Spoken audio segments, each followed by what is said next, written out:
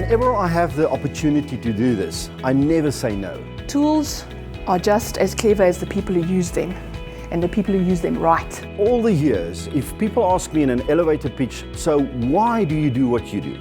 We believe that we must challenge all conventional wisdom. We'll do the analytical parts, that's what we're really, really good at. But together with that goes the right methodology. And that's where Consulta comes in, and doing it the right way. You should never accept anything that is current until you found that still to be true. That's why we're partners. We believe in doing it differently too. We need to be so convinced about our remedy and our suggestions and our recommendations that we need to walk the road and the journey with you. So we need to bring technology to our clients in a fashion that is different to just selling tin. And I think the new frontier is certainly in the micro space, not in the macro space. Using each other's knowledge to make better decisions, to build better models. I'm going to rock the boat this morning. I'm going to just challenge some of the conventions here in terms of that. Is it impossible to think that in 50 years from now, that we will have the technology to understand what is going on here without even talking to the customer? It's so important to understand what we are aiming for and where we're at. How do we manage, how do we balance, how do we understand the irrational act of behavior with the learning, the memory that is more rational? Recently they discovered that the memory is actually always an association.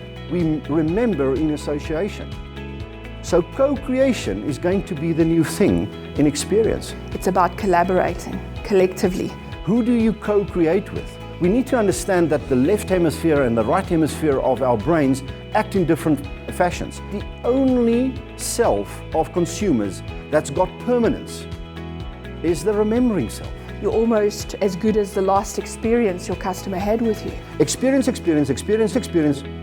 Some of them remembering turns into involuntary experience acting again. And that is what we need to understand. Changing the experience and the emotion. You generally believe your impressions and act on your desires, but when system 1 runs into difficulty, it is system 2 that comes to the rescue. It calls on system 2 to support more detailed and specific processing that may involve the problem of the moment. And guys, this is what I see as the secret of customer experience, is the degree to which the moment of the engagement will have an effect on memory. My journal experience this morning was a bit of an eye-opener. Absolutely fascinating. I mean, it was so insightful, I think is the right word. Probably more questions in my head now than I've ever had before. Your mind is just blown from one to the next.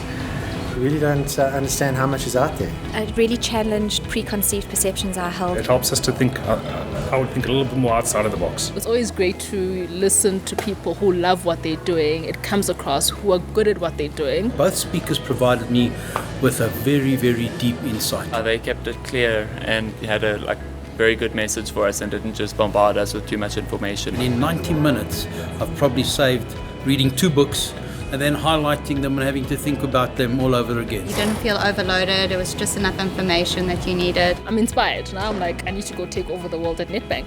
It goes to show that there's always a progression. You need to understand those and then leverage them. On a scale of 0 to 10, I'll give it an 11.